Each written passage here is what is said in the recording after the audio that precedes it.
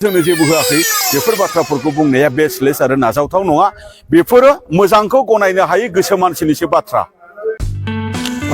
खुलुमबाय रायजोफोर बयनिसिमबो दिनै आङो मोनसे आपडेटनि गेजेरजों नोंथांमोननो मोनसे देखायलांनो सानदों।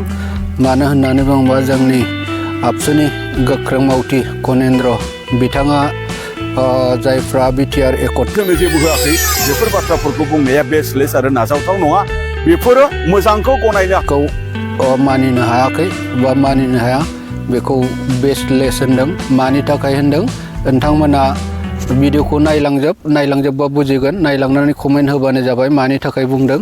दा आङो भिडिअखौ देखायलांगासिनो दङ, नोंथांमोना नायलांबानो जाबाय।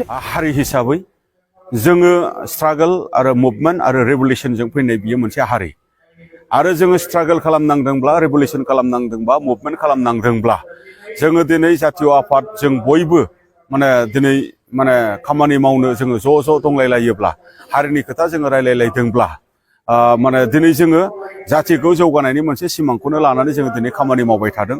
बेवहाय जातिखौ नस्थ' खालामनायनि बाथ्रा बेवहाय फेरलेबसेबो बेवहाय गैया। दा बेवहाय बाथ्राया बुजिनो गोनाङा मिथिनो गोनाङा नैबे बाथ्रासो जे जोङो जिर'निफ्राय जोङो स्टार्ट खालामनानै जोङो रेभुलेसन स्टार्ट खालामबाय। जिर'निफ्राय स्टार्ट खालामनानै जोङो लेंगुवेजनि थाखाय जोङो मुभमेन्ट जोङो स्टार्ट खालामबाय। जिर'नि थाखाय जोङो सोलोंथाइ जोङो जौगानायनि थाखाय जोङो स्टार्ट खालामबाय।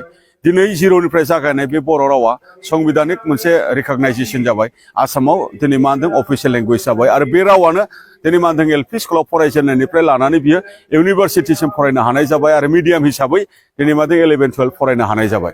अब्ला लेंगुइस्टिकेलि जोङो दिनै मा होनदों जोंनि रावा रैखाथि गोनां जाबाय। अब्ला जोङो जिर'निफ्राय जागायदोंमोन, जोङो बे लेभेलसिम जोङो सौफैबाय। जिर'निफ्राय जोङो जागायदों जे जोंनियाव जेबो गैयामोन, जे जोंनिया गाव खुंथायनि थाखाय जोङो आन्दलननि गेजेरजों जों बिएससि मोनबाय। बिएससिनि गोजौआव आरो जोङो बिटिसि मोनबाय। बिटिसिनि गोजौआव जोङो आरोबाव मर पावार आरो मर एरिया लानायनि गेजेरजों मर डिपार्टमेन्ट लानायनि गेजेरजों दिनै जोङो बिटिआर मोनफैबाय। बिटिआर मोनफैनायनि उनाव दिनै बिटिआरआव थानाय माखासे दफाफोरखौ दिनै जोङो मावफुंनो थाखाय जोङो सेस्था खालामबाय थादों आरो माखासे दफाफोरा दिनै मोनसेनि उनाव मोनसे मावफुंजादों। दा नोङो जिर'निफ्राय जागायनानै जे जोंनि जौगानायनि जेनाखि ग्राफ बेखौ जों जुदि नायोब्ला बियो जौगानाय फारसेनो थांगासिनो दङ। दा बै बुंग्रा मानसिफ्रा बबे बिथिंखौ नायनानै बबे बाथ्राखौ मा बुंनो नागिरदों जों बुजियाखै। ना बिथांमोना ब्लाइन्डलि बुंदों, ना बिथांमोना पलिटिकेलि मटिभेटेड जानानै पलिटिकेल सार्थनि थाखायल' सोरबा मोजां खामानि मावग्रा मानसिफोरखौ डिमरेलाइज खालामनो बा केवेस खालामनो थाखाय बिथांमोना बै बाथ्राफोरखौ बुंदों। बेयो जोंनि बाथ्रा आरो दा बेवहायनो रायजो राजाफ्रा गोनो गोथो जानो गोनां गैया।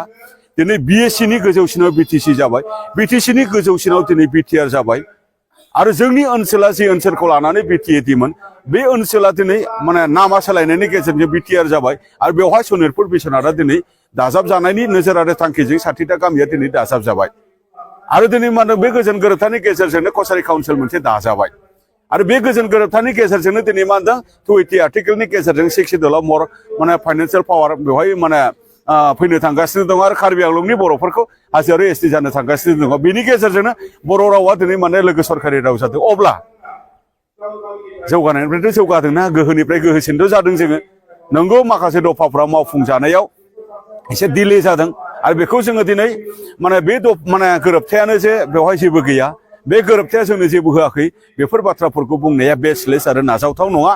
बेफोरो मोजांखौ गनायनो हायै गोसो मानसिनिसो बाथ्रा आरो पलिटिकेल सार्थ थानाय माखासे गोहो लुबैसोला बिथांमोननिसो बाथ्रा लानानै बिथांमोननि बुंनायजों गाइडेड जाया। समाजा जेब्लायबो मोजांखौ मोजां होननानै दिनै स्वीकृति होदों। समाजा दिनै मा होनदों मोजांखौनो गनायदों।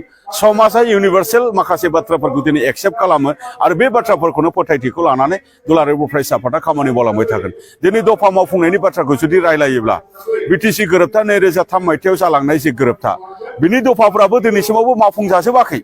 दिनै आसाम एकर्ड जालांबाय, आसाम एकर्डनि दफाफ्राबो दिनैसिमबो मावफुंजाजोबाखै। बा नर्थ इस्टआव गोबां अर्गेनाइजेसना एक्र्ड खालामलांबाय थांनाय समाव बिथांमोननियाबो दिनै मावफुंजाजोबाखै। दा दिनै जोंथ' बुंनो लुबैयो दिनै गोग्गायै बिटिआर गोरोबथाया 2020 मायथाइयाव जालांनाय बियो मोनसे गोजोन गोरोबथा। बे गोजोन गोरोबथानि दफाफ्रा जे स्पिडियाव मावफुंजादों, कुनु गोरोबथाया नर्थ इस्टआव बा इन्डियायाव बेबायदि मावफुंजायाखै।